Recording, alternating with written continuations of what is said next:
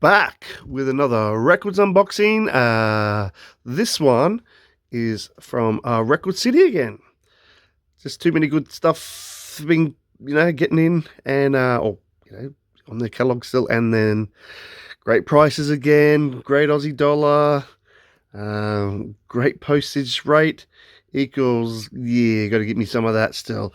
As you can see, it's not the biggest box, but hey, there's some nice still goodness in here. Yeah, go for the collection. So yeah, without further ado, let's do that stuff and crack on in. Okay, so here we go.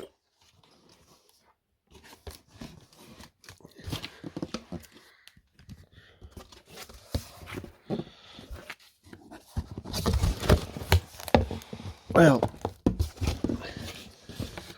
all right, I'm glad this was here because I forgot to do a spoiler lift.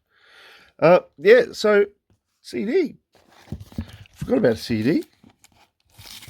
Try again to do this without the spoilers. The records below.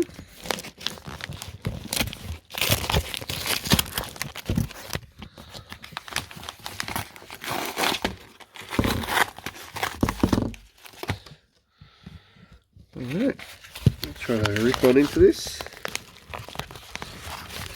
Not very successfully. Take two with the magic of television. Okay, forgotten what I bought. Alright, yes, well, I bought this CD because to get this LP, you got to spend a lot of money and be very lucky. It sells it very quickly. Even today, even though it came out in the I think the early 70s, very early, even 71, something like that. So I'm going to say this is a placeholder, but it's probably well, maybe just the only thing, the only version I ever get of this.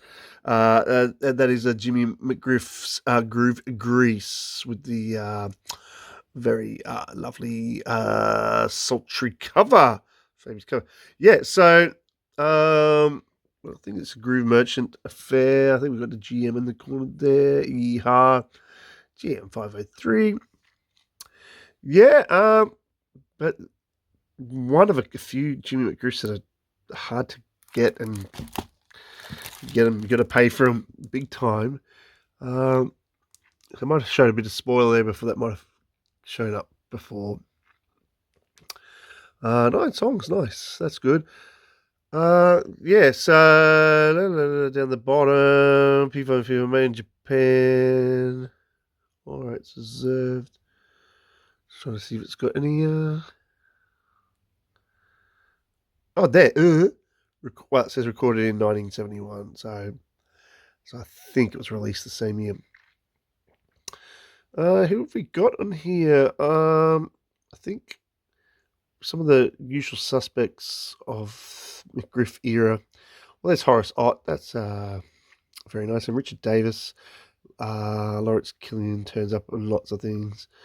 Mary J. Book occasionally. And a couple of less knowns as well. But hey, apparently this is an album that stands up still. It's the right era, 1971. Yeah. I can't even remember how much I paid it, actually. I haven't looked. So I did pay, I think, a little bit more for this CD, even because of what it is on CD as well. Yeah, look, I paid 980 yen. So at the time it was about $8.61 Australian plus post.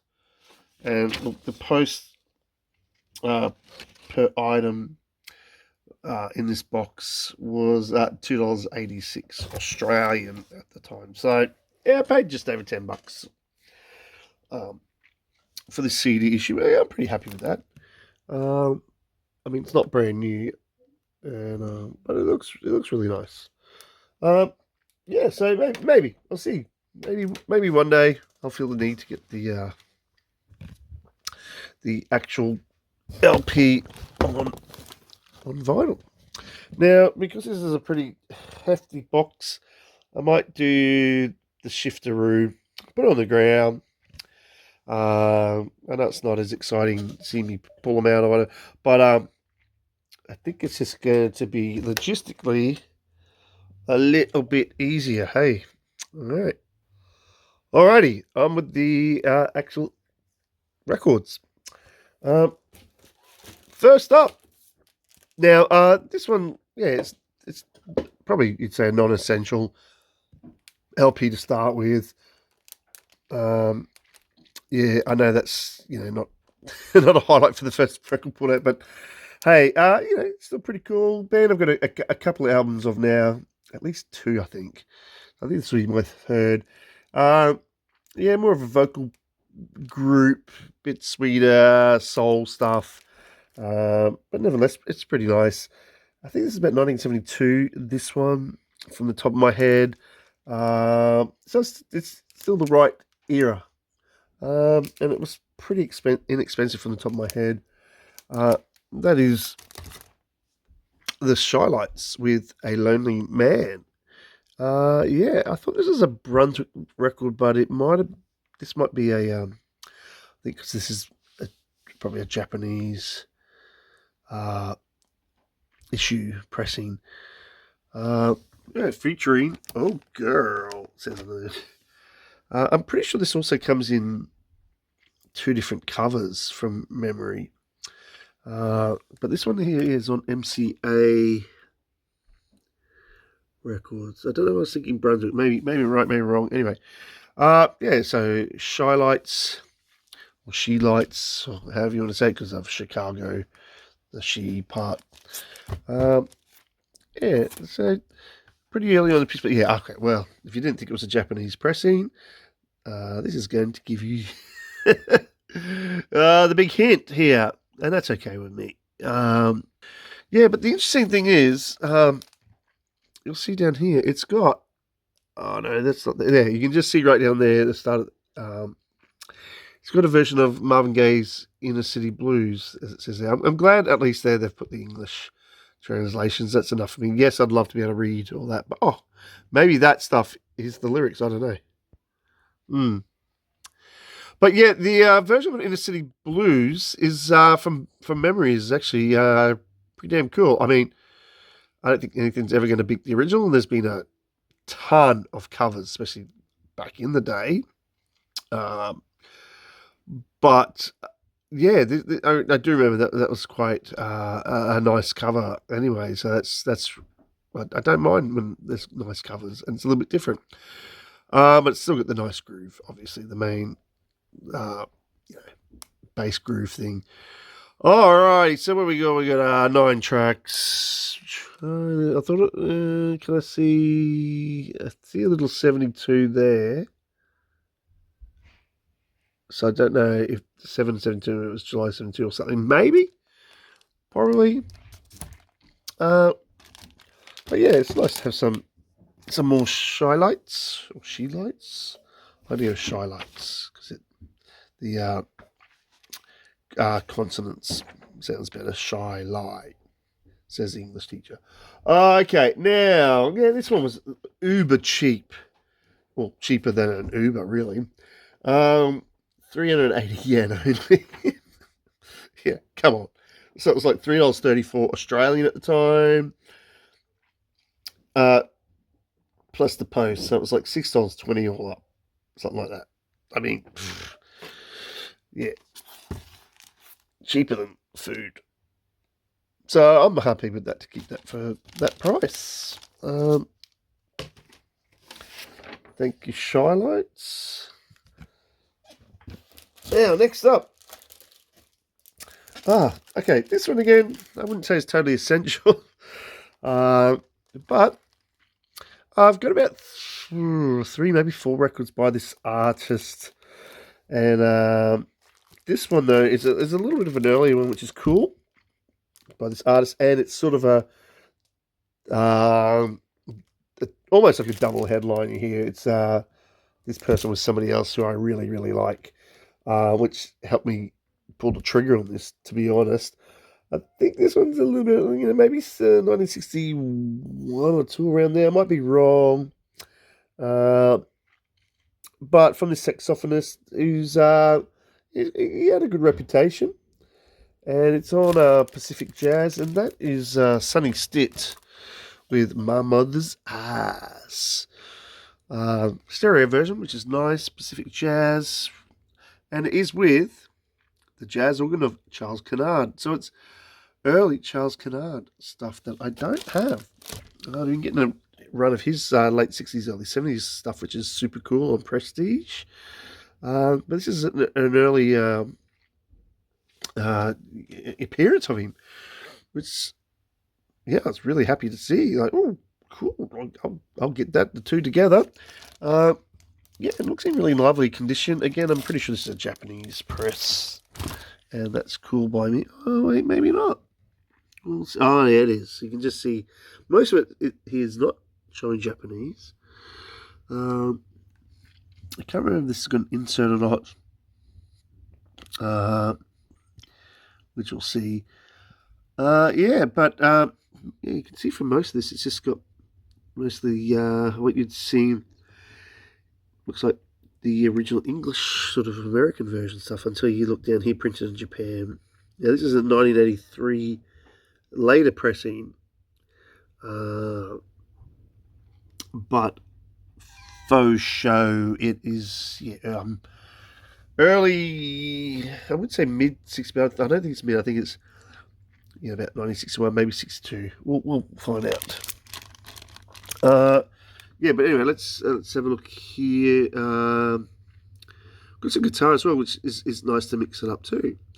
No bass, because Mr. Kennard will be holding that down with his left hand, I would say then. And Doug Sides drums. That doesn't sound familiar to me. Sorry, Dougie. 4 songs. My Mother's Eyes, which I'm not sure if he recorded another time, to be honest. He may have recorded that again another time, so I don't know if he's double dipping there. But that's okay. It's on there twice. That's really interesting. You can see there. Yeah. Side 1 and side 2. So, not sure about that. Maybe it's a part 1, 2 sort of thing. Stitt in Time. That's obviously a Sonny Stitt song there. And Blue Skies. We're doing some standards or whatever, But yeah, so a few originals there with SOP Blues and some special as well, and some covers, we'll say.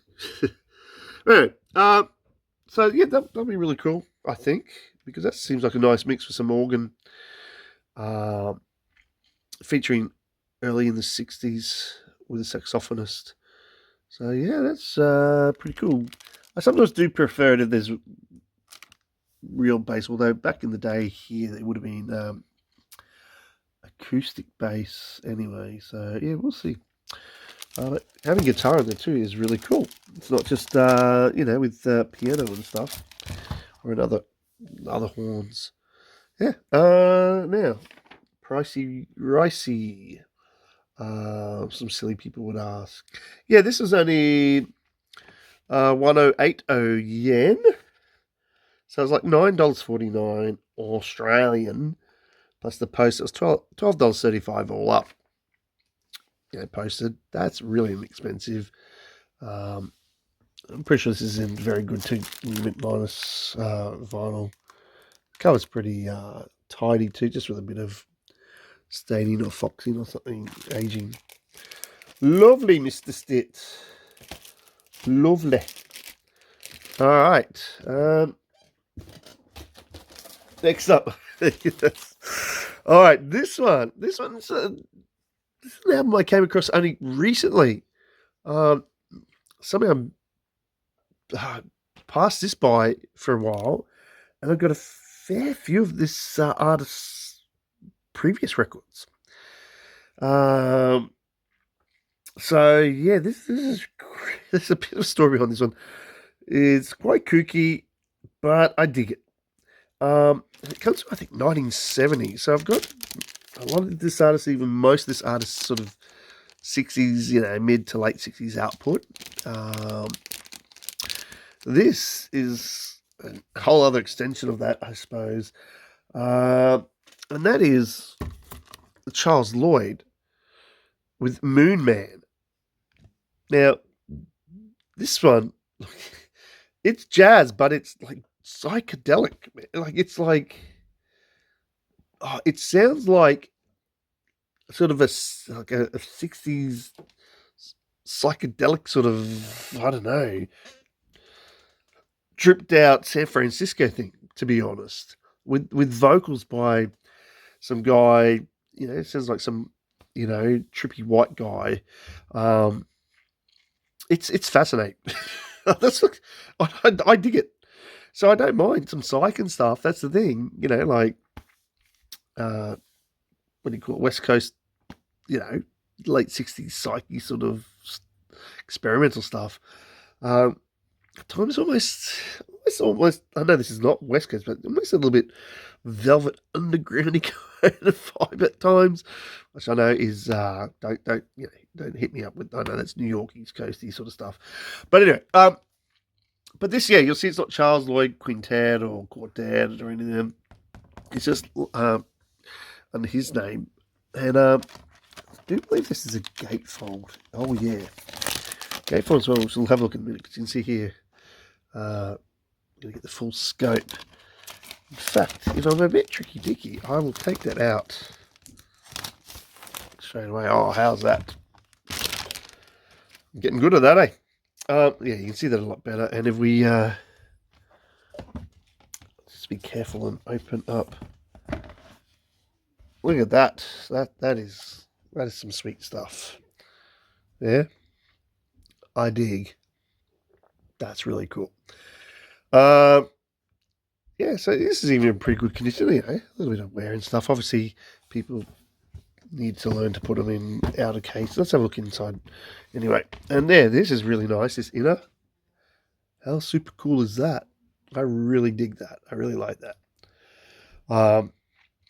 Nice old school case. And you can see, we've got lyrics everywhere. Yeah? So that's very not usual for Charles Lloyd stuff. And then we hit this one, and it's this groovy, jazzy, rocky combo thing. I don't know.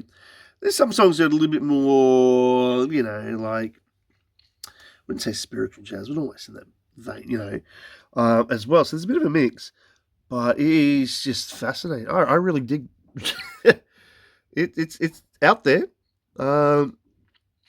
And I think this would even satisfy, as I said, some people who maybe not totally into jazz, but kind of like some experimental psych. So I reckon they would dig it. And look, Charles Lloyd was kind of bigger with some of that crowd anyway in the late 60s. Anyway, with his stuff was quite popular crossover. So in one way, it makes the logical step. It's just, I don't know. Anyway, see, you get crap loads of songs there. I just wonder if there's anything on the inside. I think it's, but yeah, let's get that back in. Yeah, so look, I'd say this is not for everyone. But it does, challenge a bit, but in a good way, I think. Just, the vocals sometimes on some of the songs, you can tell the guy just sounds like a stoner. But then I believe Charles Lloyd does some vocals as well on some other tracks, and in a way, probably sounds better.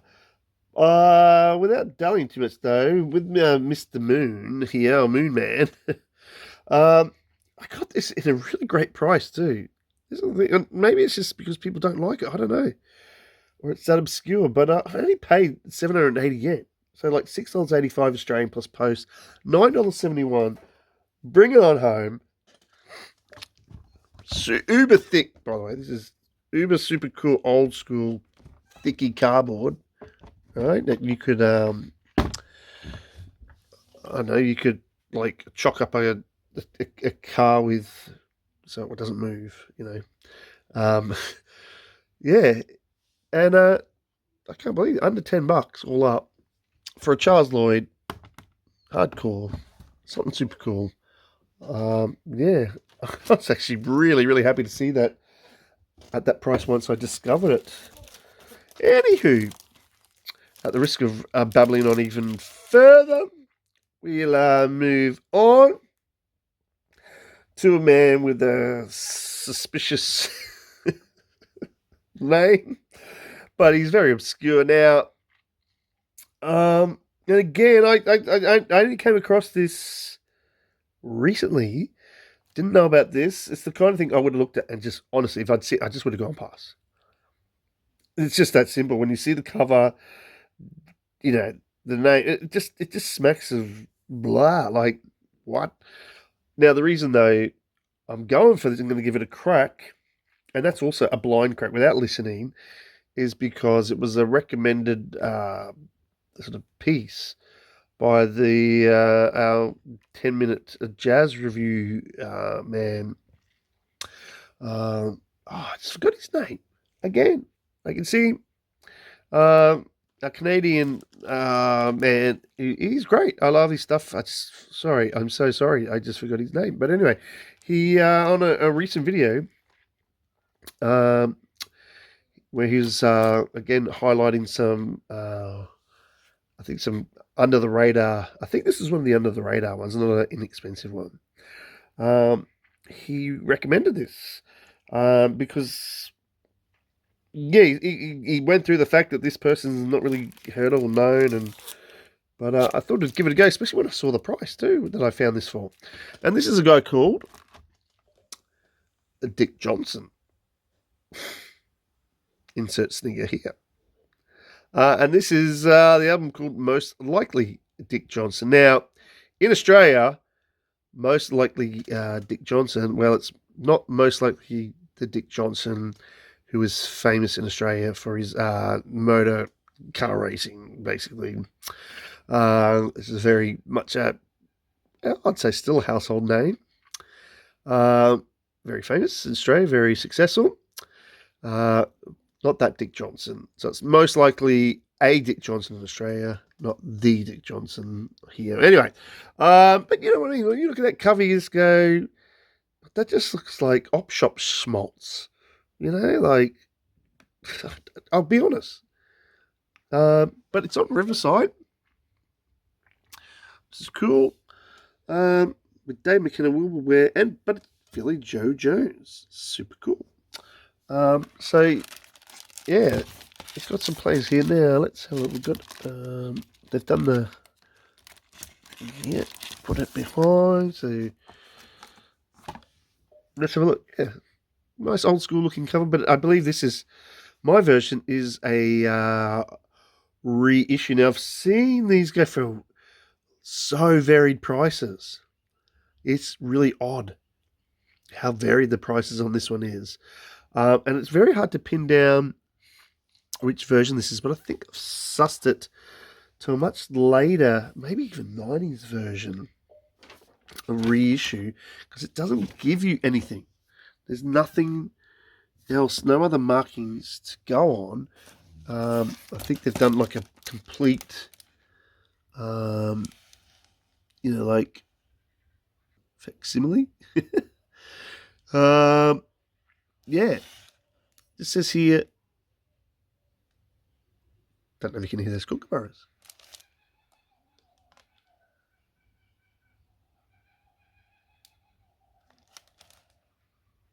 Well, if you can, welcome to Australia, mate. Love the kookaburras. Anyway, I look printed in USA there, but I think they just completely copied the original stuff. So another thing, but when I look back, I think I saw it. It's a reissue that actually should have, I think, cost more than I paid. Maybe the Record City didn't realize it when they sold this version, because yeah. So this version, yeah, it was 1992 reissue, a Japanese one apparently. I'm pretty sure. And yeah, it's in near mint minus near mint, near mint. As you can see, it looks practically brand new. Like, really does. Which is what also threw me as well.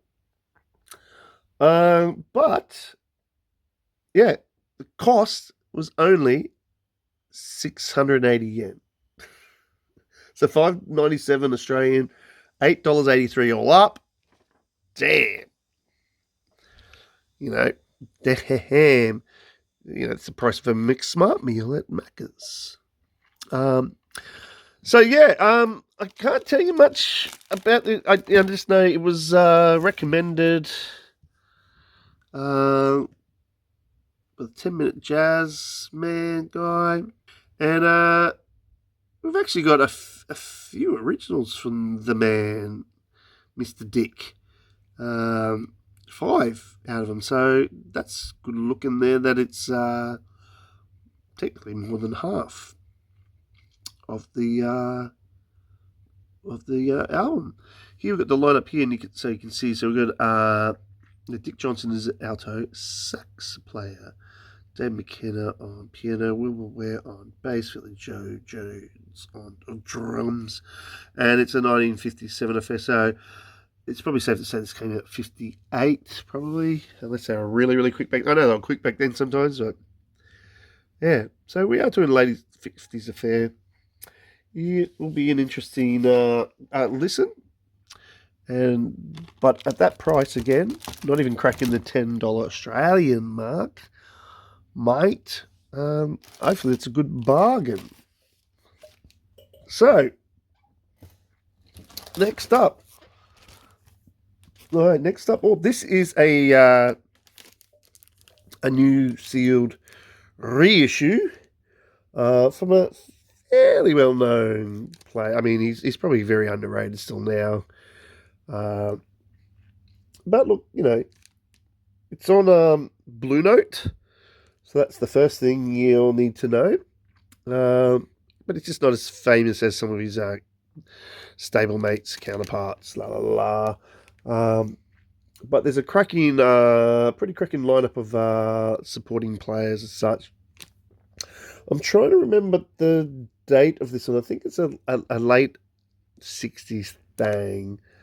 I just can't remember the exact date on this, so I may have got that wrong. It might be an early 60s. I'll have to double check. And that is Andrew Hill with Grassroots. Pretty cool cover. Yes, it's Blue Note. This one is the reissue, a recent reissue.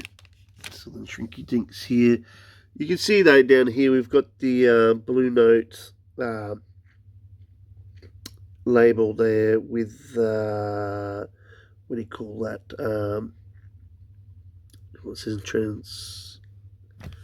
Sorry, I just forgot the bloody entertainment from a Trans American Corporation. So is that Liberty or something? Maybe. Yeah, so I'm going to crack a look here. We've got Lee Morgan. There you go. Booker Irvin. Andrew Hill's on piano. Ron Carter again. And Freddie Waits. But look, Ron Carter on there. Lee Morgan. Super cool. We've got 5 songs. Pretty stretched out, as you can see. But this is a bona fide LP and reissue here. A later one at that. So, pricing for this bit of jazz loveliness. Trying to find Mr. Hill on my. He's right down the bottom there. So this one was a little bit more than the others, but because it's a reissue. But for a reissue, this is very and a Blue Note reissue of sorts.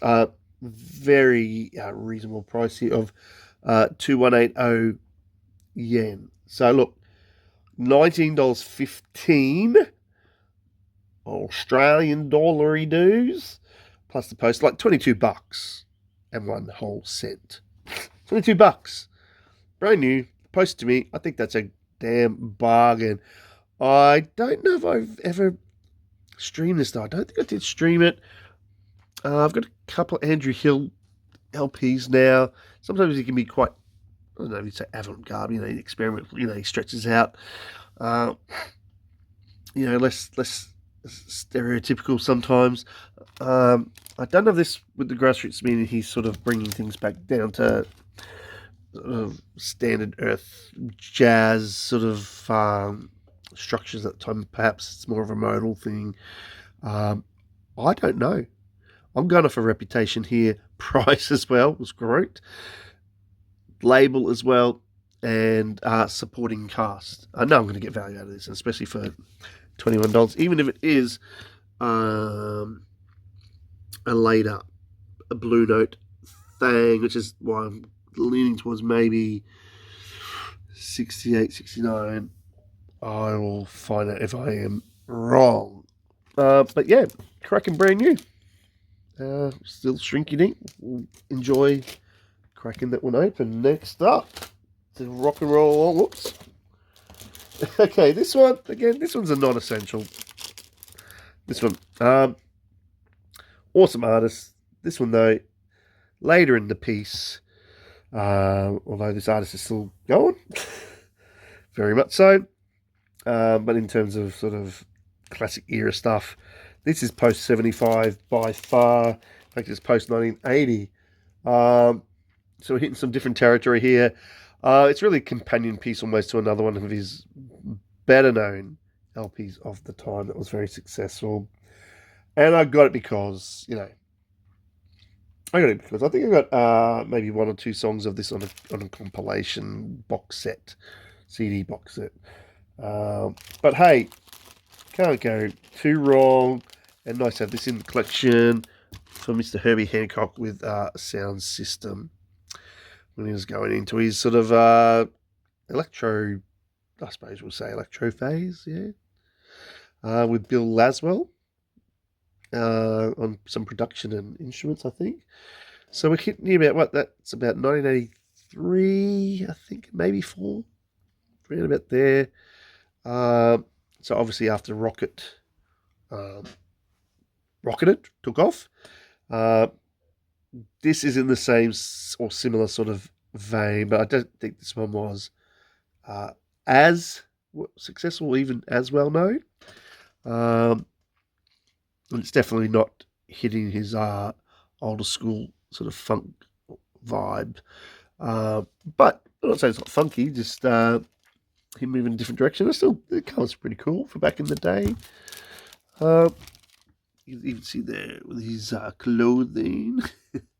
Styling even is a little bit 80s-ish, not full on.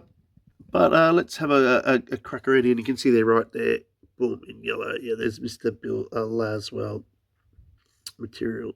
It says, so Bill Laswell dash material and Herbie Hancock. Okay, not sure what the material thing is, but anyway. Yeah. Look, Yamaha DX7s. Fancy days are turning up, and the Fairlight CMI. Times have changed, hey? But if you look there, I did see this when I was researching it. Wayne Shorter is even on here a little bit. How is that? I don't know how much. Oh, there he is again there. That's pretty cool. We've got Hard Rock there, which you can see almost is with the rock, like Rocket. Got DST on the turntables, I think again I will say. But yeah, lots of Bill Laswell doing some he's on the DMX there and stuff. So a little bit more electro stuff here. Yeah. I might have Carabali. I'm sure I've got one or two, or maybe Metal Beat. I've got one or two of these songs, I'm pretty sure. Yeah. I've got a bit of TR-808 action back in the day. Yeah. They're all in 808 as well. Early days. So I'm just trying to see across here. Yeah, there you go. 984. Got it right on my second try. Yeah. So look, it is of the time. I don't think it's totally essential, as I said, but it's just nice to have that sort of almost pigeon pair in my collection, and continuing the collecting of Herbie Hancock, who is a super cool legend for sure. And the price wise too didn't hurt for me to pull the trigger to push me a little bit more. It's only 980 yen. So that's $8.61 plus post. It was $11.47. $11.47. Looks in super cool condition. Hey, when I'm pretty sure the vinyl was in like near mint minus or very good plus or somewhere around there. Definitely. And you can even see with the colour. This is only a little bit of edge wear, but I'm not too concerned with record like this. As long as it's playable, it looks super cool. Yeah. Thank you, Mr. Hancock.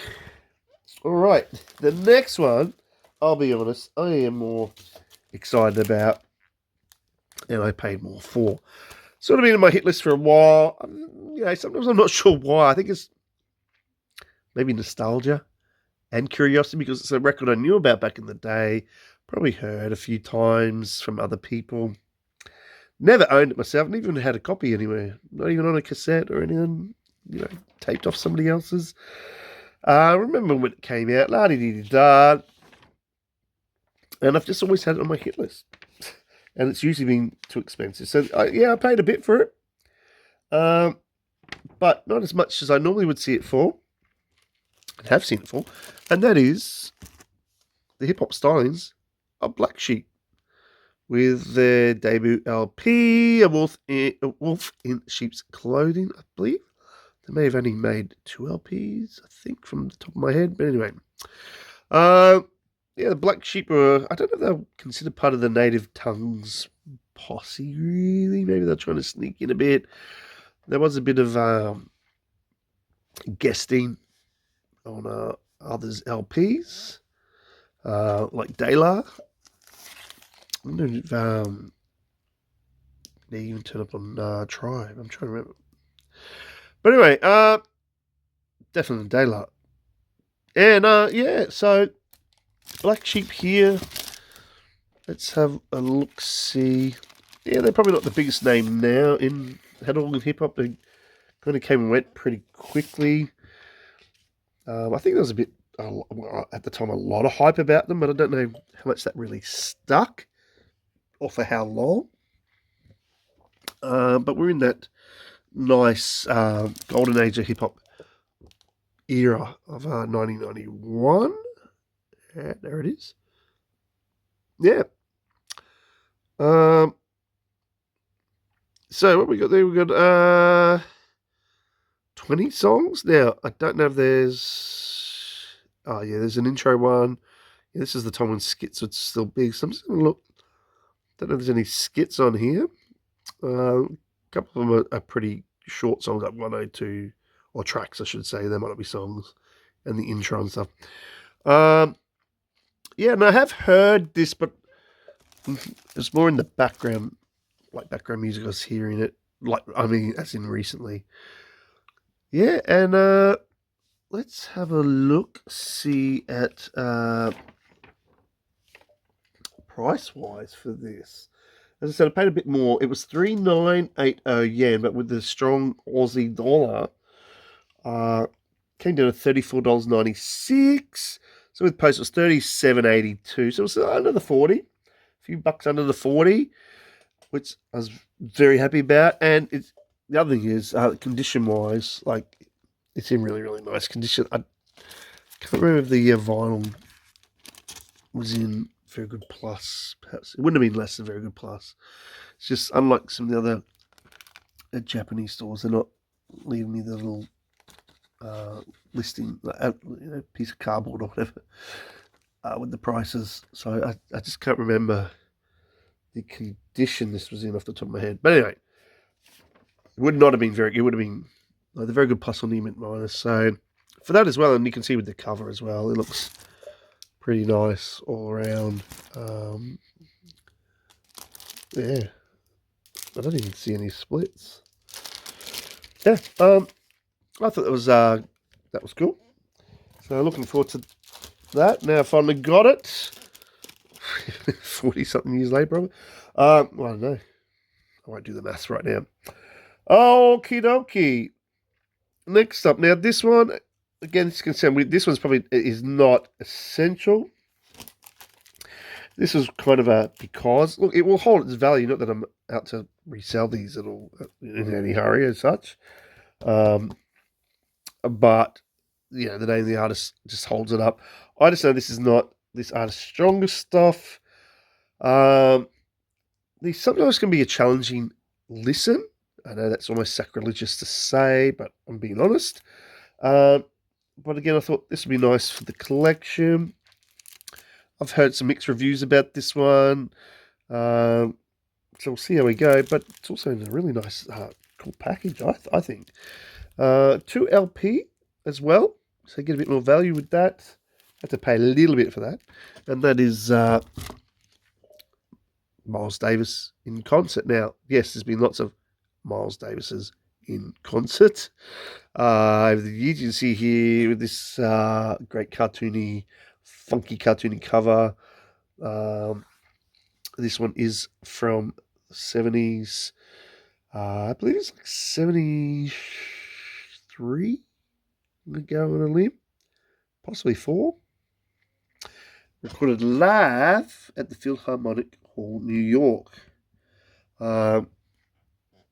So unlike the Water Babies LP that looks like a 70s cartoony cover in a similar vein, which was not a 70s record, it was like, I think, recordings from 68 or something.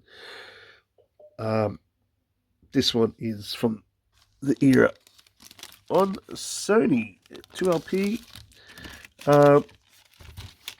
See if there's much on the back. Just some cool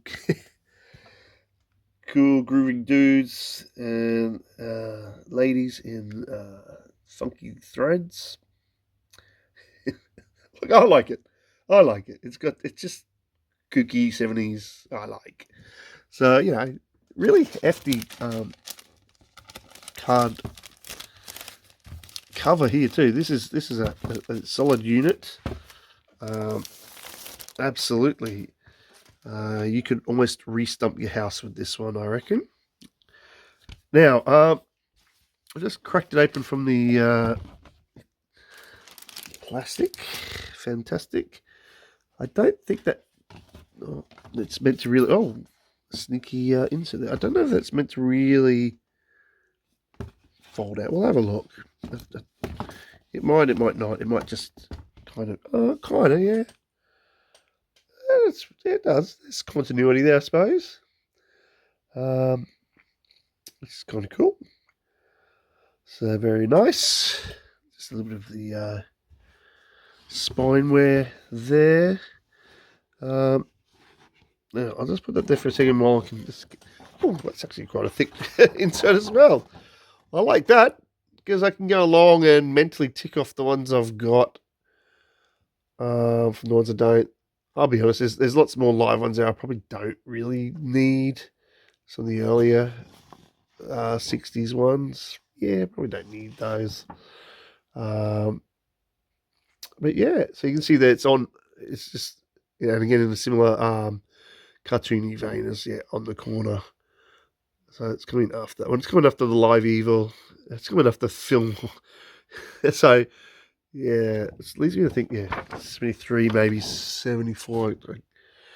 So this was saying it's recorded September 72, but that doesn't mean it came out. So it might have come out the next year. So yeah.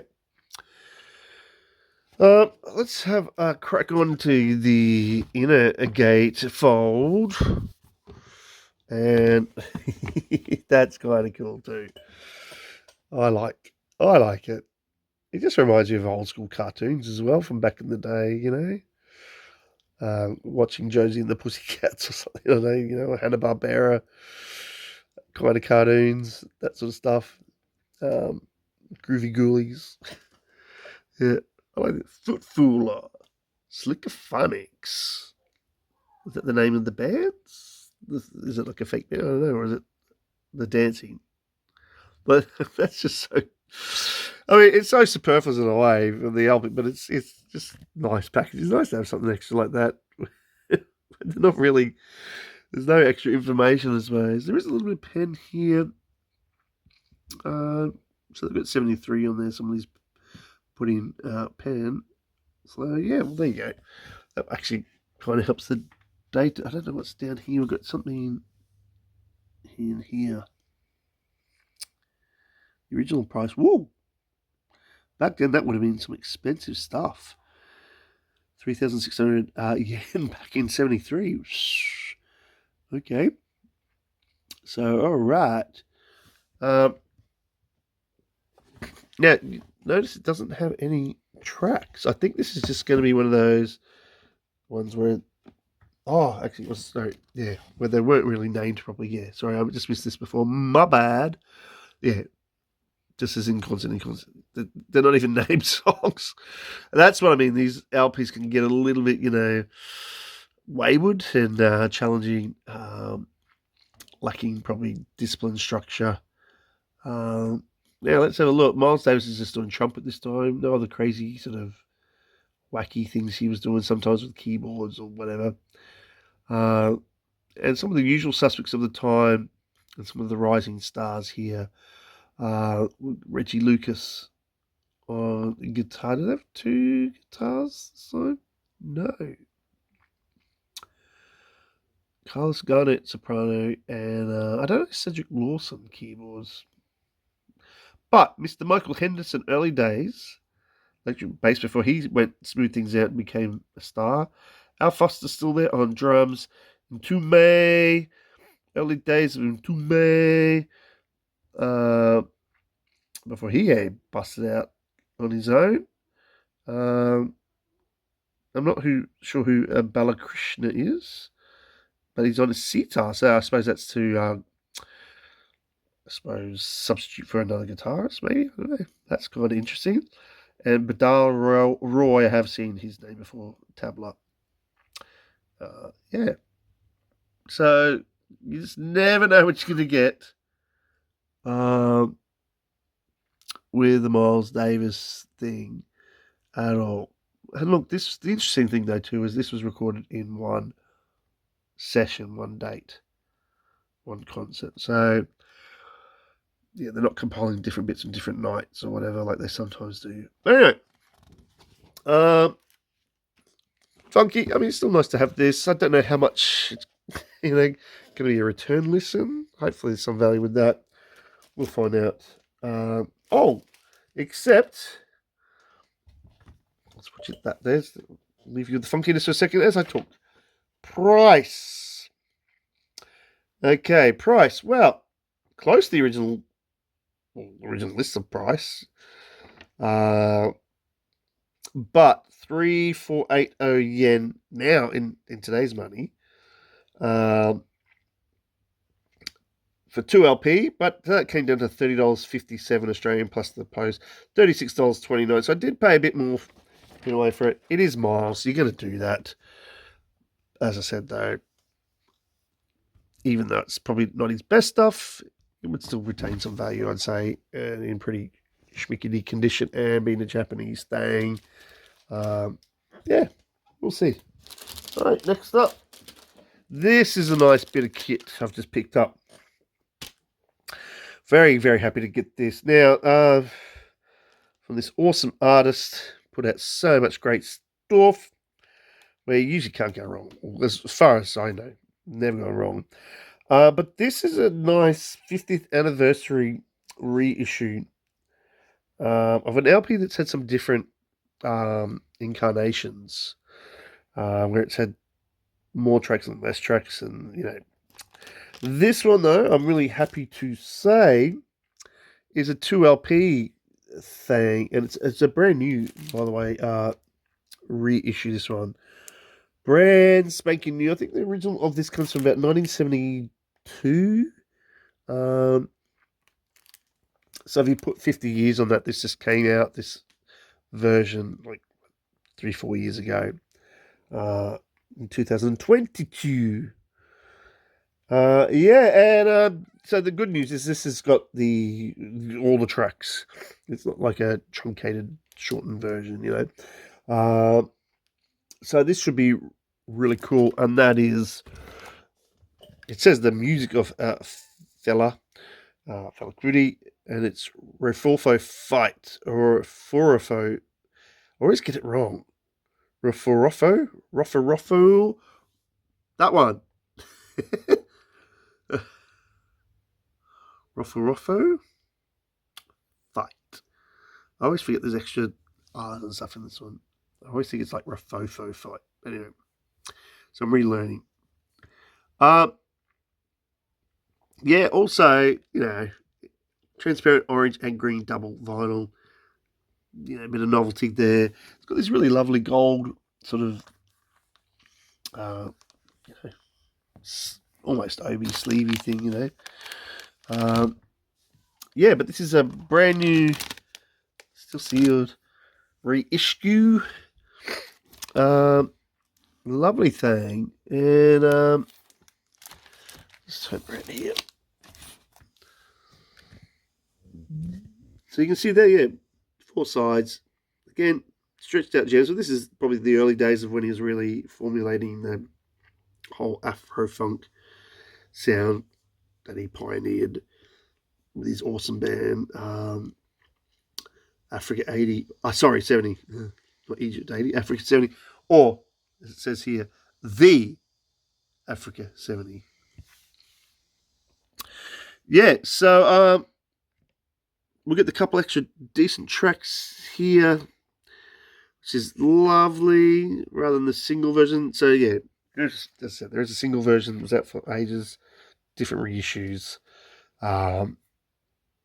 which I think became like the norm as such. This returns back to getting some extra jams on there, which is bargain. Now I did pay a bit more for this, obviously, for this specialty, uh, you know, early school Afro jazz sort of Afro funk thing from the master. And price wise, it was. Oh, by the way, this is on Knitting Factory Records reissue, and probably Calacuta Sunrise. Steady story for those you playing at home there. So, sort of now the usual suspects in Fela Kuti's reissues. Yeah, but look, this wasn't that bad in the end. Once the price came down, but I did have to pay double for post 2LP.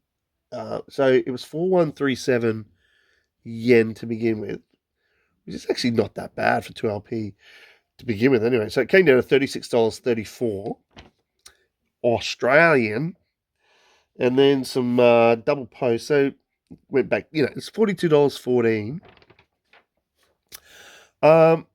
But I'm very comfortable with that because it's like posted like $21 per LP posted. So hey, and considering that when you buy a Fela Kuti record, most of the time you're only going to get 1 track per side, 2 tracks in all, 3 if you're lucky. But so you're still getting that, but you're getting 2 LPs worth of that. So as I said, that's why I can justify, even if other people wouldn't. That's sort of almost like $21 for that, $21 for those 2 posts. Yeah, lovely. That is a cracker. Having the nice reissue in pristine condition. Just hope they put plastic lined inserts in to keep it funky fresh inside. All right, the next one. Now, I pulled the trigger on this LP finally. I've been hesitant. I haven't heard it. I was kind of, sort of out of the scene of this for a while.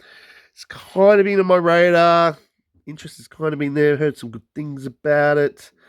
And then I saw it once really like marked down, and I didn't buy it.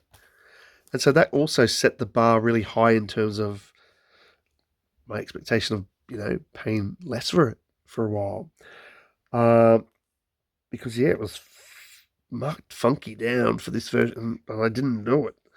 So look, to be honest, I saw it for a pretty decent price. Not as good as that, but because I'm bundling, I went for it. It is a 2LP version as well. New reissue of something from I think like 1995. I think 95, maybe 6. That is Stakes is High De La Soul. Yes, the fourth LP, I believe. Yeah, and I believe this is their first LP they totally self-produced, something like that, away from Prince Paul. Yeah, look, I remember when it came out as well. I just was sort of out of that scene and more into funk hunting stuff. So, I was aware of it. I never got it back in the day, never even listened to it. So I don't even think I've heard all this. I've probably heard a song or two. I think that It's So Easy I've heard. But yeah, this is a new reissue on Chrysalis.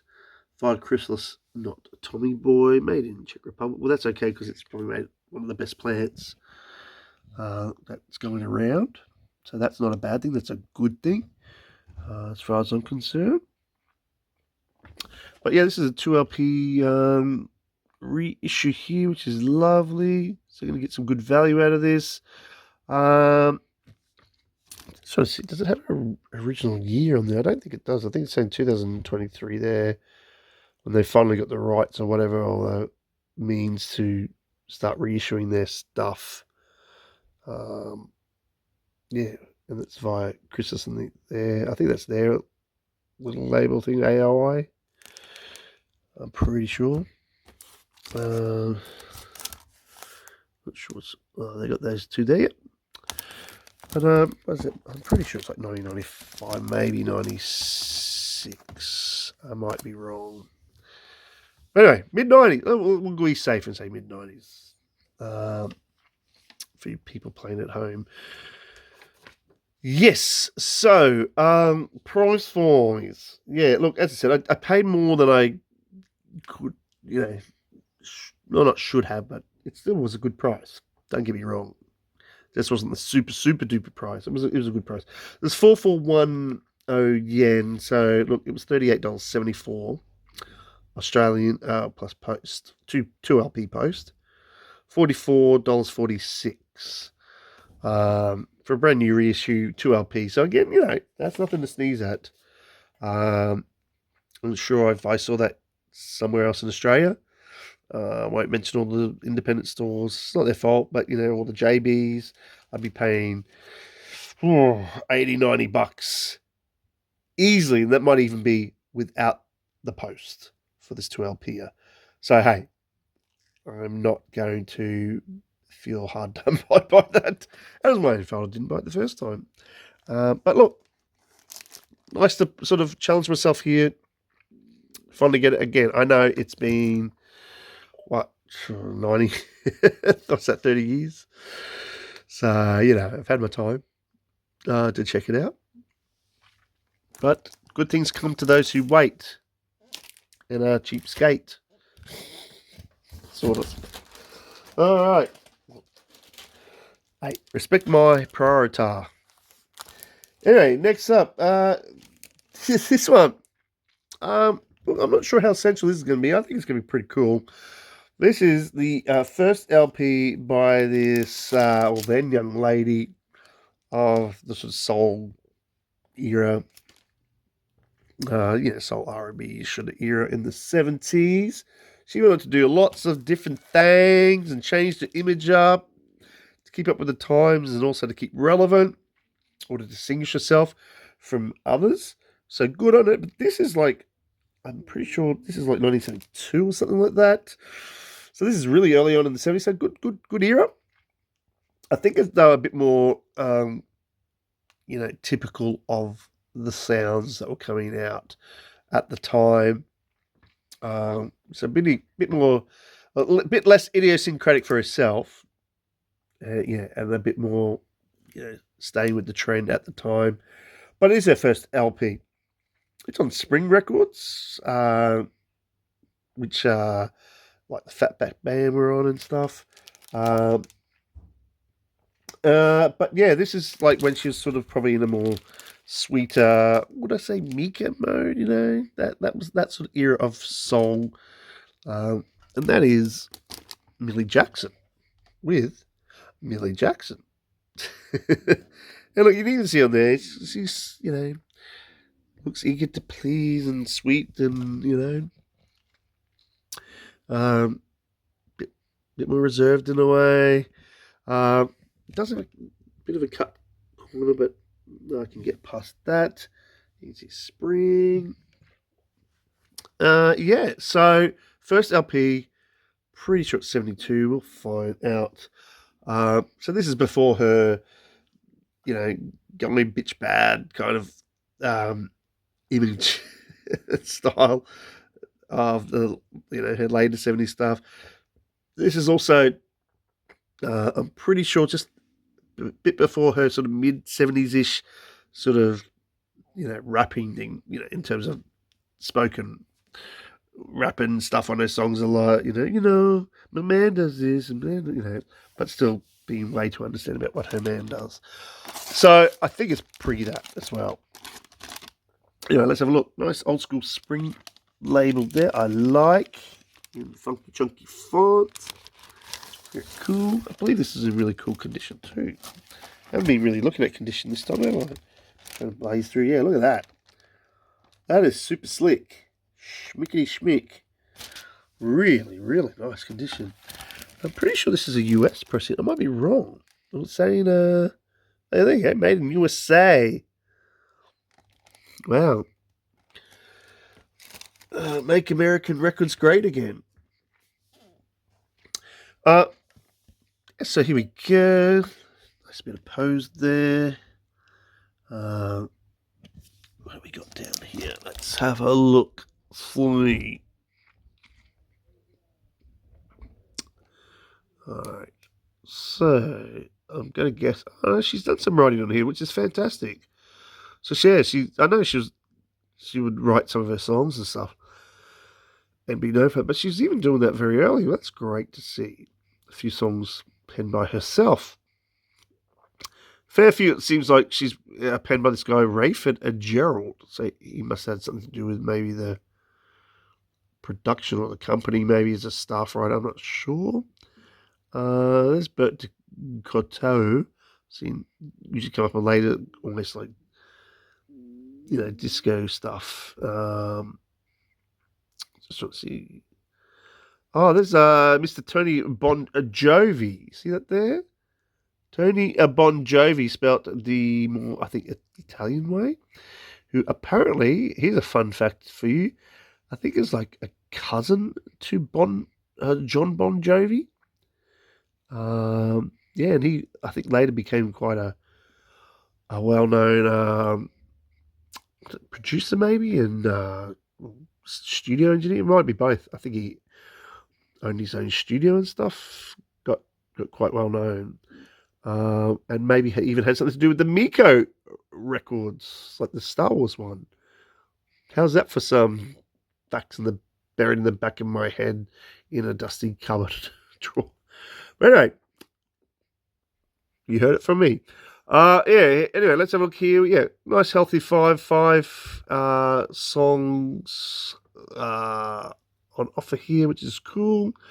But yeah, this is not going to be your badass bitch stuff from later. Yeah, this will be more in a, I don't even know, an Ann Peebles vein. Maybe not even as gritty as that sort of thing, or even Betty Wright. It might be Margie Josephish or those kinds of peoples around that time. Lots of competition, to be honest. And Denise LaSalle and those who were doing probably similar stuff. Anyway, price, you scream at me. Stop screaming. I'll tell you. yeah, this is reasonable. Especially in this condition. I think it was in really good condition, as you can see. Oh, excellent.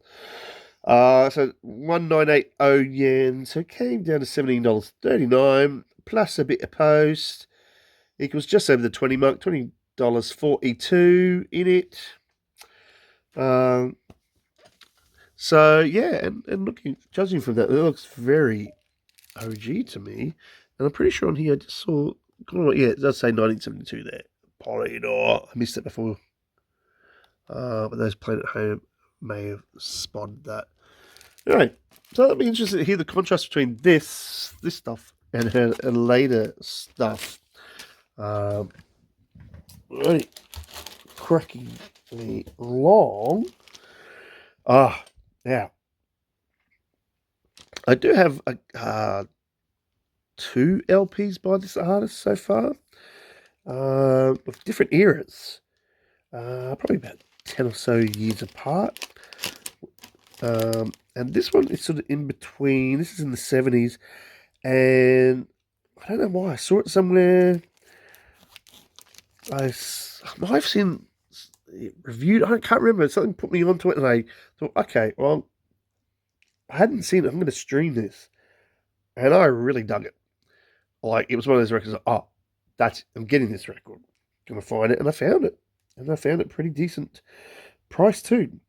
It's hard to sort of pin down what the style is, to be honest, because there's a little bit of different stuff on here. Some nice vocal stuff as well as his trumpet playing and some other great instrumentation. But yeah, I thought this was a really solid, strong album. Yeah, quite original for the time. I thought there's some really nice stuff on here. And that is Hugh Masekela with I Am Not Afraid. And obviously he's not. He's not afraid of being stomped on there. But if you look there, it looks like, is he holding his trumpet? A horn of some sort? That's kooky. Very much so. Now, that is not the price I paid there. That's pretty cool. It's got an original record sticker on there. Nice. London. No, I paid more than that. I did, I paid a pretty standard kind of price for this, but I think it's well worth it. On Blue Thumb Records, who at the time had the likes of Pointer Sisters on the label. I think even Crusaders as well. So let's have a look at here, because it looks like in cracking condition. And I did pay for it in a way. But yeah, look at that. That's nice. Very nice. So yeah, I'm glad I even got it in a really nice condition for this LP from, I'm pretty sure, 1974. Here we have the inner sleeve, generously with some lyrics on one side there. Yeah. Cool. And him conquering the elephant. Now, let's have a look up in your grill here. 7 songs, but yeah, there's a bit of a mix of stuff here. There is a cover of Night in Tunisia, but it's a different thing. It doesn't sound the same as other versions I've heard, which is kind of cool too. Yeah. Let's see. I don't know. He's probably got a lot of his South African mates on here, as you can see. So that gives it a nice, again, African flavour here. And you can see here, also got, there is a Crusaders link. There. Six Hooper and Joe Sample, Afro-Texans, whose contributions to this album could have never, or maybe have never been, blah, blah, blah. So yeah, so it does have the Crusaders on here as well, which is very nice, and I guarantee they probably play it on here as well. All right, so price-wise for this Perler. And again, yeah, there's some sort of very soulful stuff on this CD too, by the way, which is nice and tasty. See a little bit more, 2780, but it's in great condition, as you can see. $24.42 plus post Australian, so $27.28. Shut the gate. So yeah, I'm really happy to get this one. Even though it's 1974, you know, it's not being infected by any disco phase stuff, you know, clubby stuff. But it's more progressive than some of the early stuff, for sure. Looking forward to getting back into that. All right, so moving right along, Footloose and Fancy Free. Couple more to go. All right, well, this next one, well-known, respected band, that I'm starting to just get a couple of the LPs late in the piece. Yeah, look, I don't know if I've listened to this one ever. I don't know. I may have had one listen and thought, oh, that's all right. Again, not high on my list, probably higher on other people's lists, to be honest. And I think they're all right, this band, but I'm just sort of trying to catch up a bit, get some of their earlier albums, you know, to give them a proper go. I'm just not as enamored, you know, instantly by this band. Respect them, but I thought I'd crack this one in because it's been on my list, just the lower priority for a while. It is a Japanese reissue, and I'm okay with that. And that is Tower of Power, and this is a Back to Oakland. Yeah, so this is what? Is this 73, somewhere around there, maybe 2? I'm thinking somewhere around there. And it's on WB. So we've got the OB here, which is kind of cool. Again, I'm not that bothered because I think sometimes it gets in the way of the artwork. I like to see the artwork. But anyway, yeah, so Tower of Power, back to Oakland from where they came. Yeah, definitely Los Angeles, California, I should say. There's that 70s lovely Oasis looking WB logo, but this is a Japanese pressing. I don't know if this is a reissue or not. I can't remember. Let's have a crack on in here. Again, I paid a little bit for this, but pretty sure it's in very nice condition again. So I'm going to get it. Yeah, look at that. I mean, that looks pretty minty fresh right about there. You can almost smell the freshness burst. So that's nice. If I'm going to get it, might as well get it nice. Here we've got I believe that would be the insert there, which it is. But we've got some English, which is helpful. I like how they've got that sort of almost watermark there. Bay Area Big Sound. That's kind of cool. Yeah. And we've still got bilingual track listing here, which is cool. And look, the song Squib Cakes, I believe, is one of their better known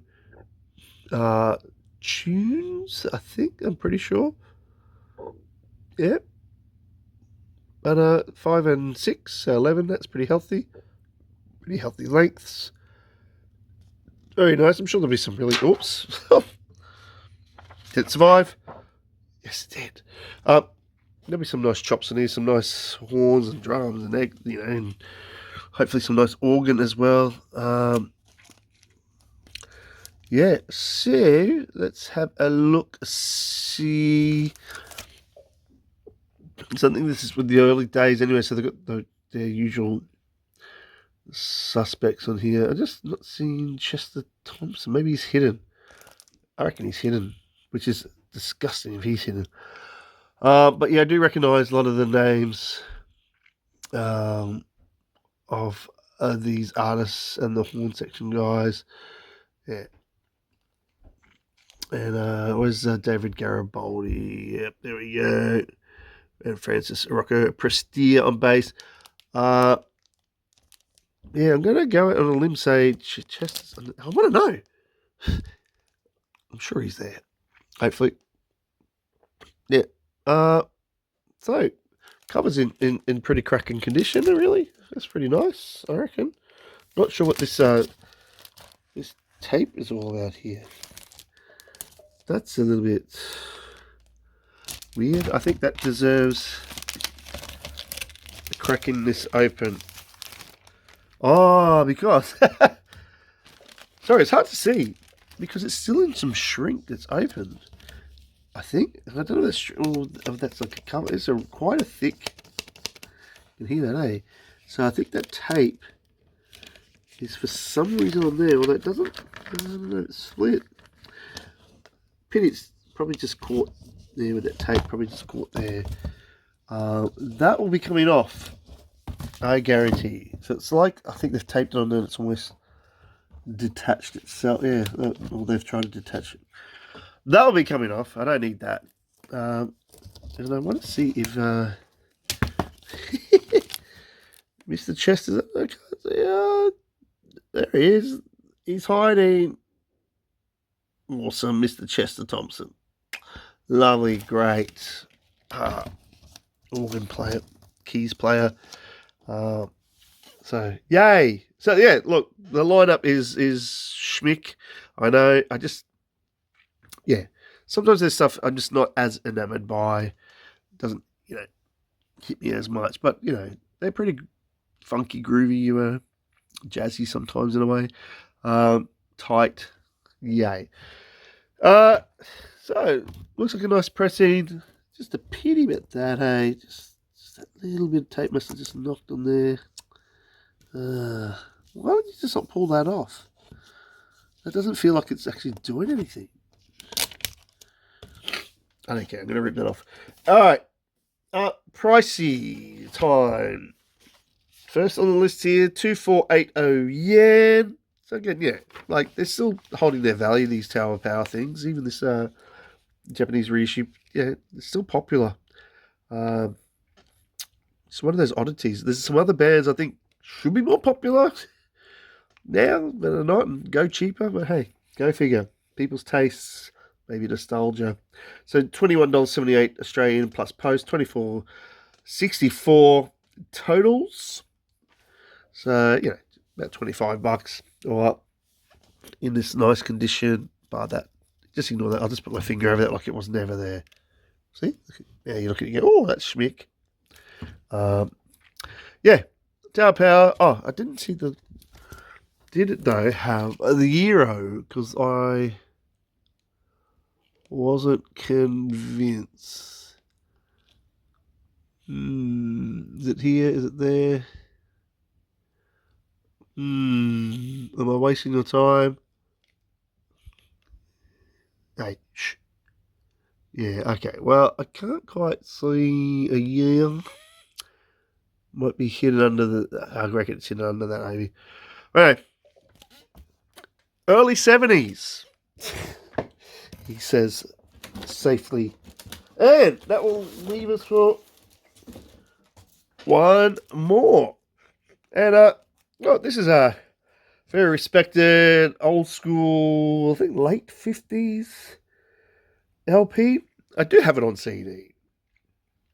Not that to make that this a lesser thing, but hey, if I hadn't seen it bought on vinyl, that's a good thing. But it is a sort of a fairly early-ish, I'm pretty sure 50s Blue Note affair, even though this will be a reissue, but that's okay. A very respected saxophonist, live LP, that's quite well known. Sonny Rollins, or if you want to say Rollins. Night at the Village Vanguard. It's the Blue Note 1581. Yeah. I'm pretty sure there's like two of these, isn't there? Like Vanguard 2 one, I think. Or it came out later. Yeah. Lovely to see reproduction of the old school Blue Note logo. There, I'll just pull that out anyway. Because I'm pretty sure this is nowhere near it being even an original Japanese one, so I'm not getting too excited about that. Not that it matters. So see if there's any Liberty stuff around here. Oh, there's United Artists yet. So you get United Artists on it. Oh yeah, here we go. So you can see that it's a late 70s thing, 1978. That's okay. I like how that at 1978 they reproduced this and didn't put on like the white bee or what might have been at the time. Condition wise, look at that. Schmickety schmick, ever so quick. Lickety split. So that's lovely, even though it's a 78, I don't care.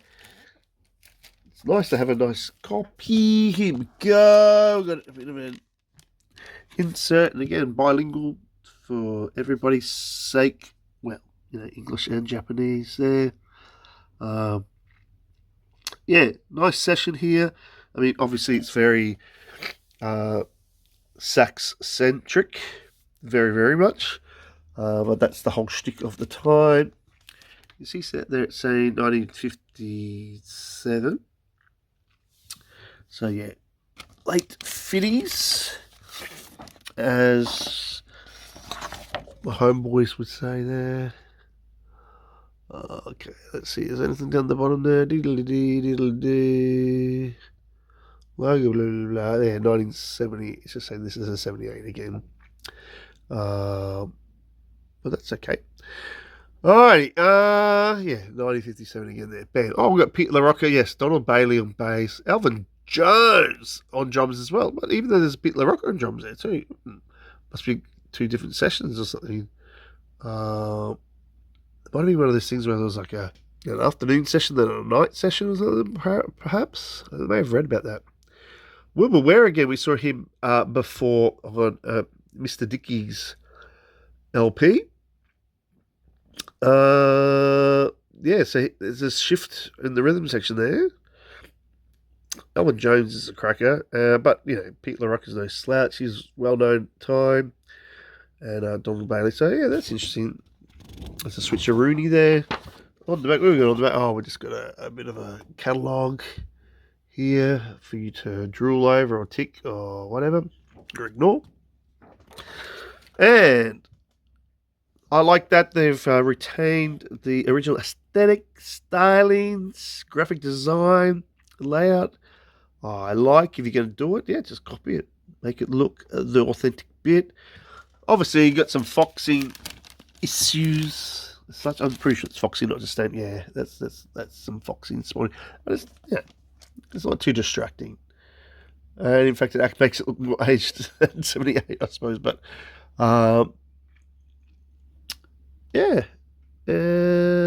just the artsy done it's all very fine print. Look, made in Japan is there. Artists, blah, blah, blah. So, for this tasty baby reissue, old school reissue, how much did I break the bank? Well, I paid a little bit, nothing too strenuous on this one. 2480 yen, which is about right. So, look, came down $21.78 plus post, so back to $24.64. I think like the Tower of Power, was it? So basically the same price. Just under the 25 for a nice classic Sonny Rollins. Late 50s Blue Note affair. I'm there with that. And definitely there because that is it. It's empty box time. Which means, once again, it's time to say ta-ra for now. And hopefully you got something out of that, and I'll see you again. Thank you very much.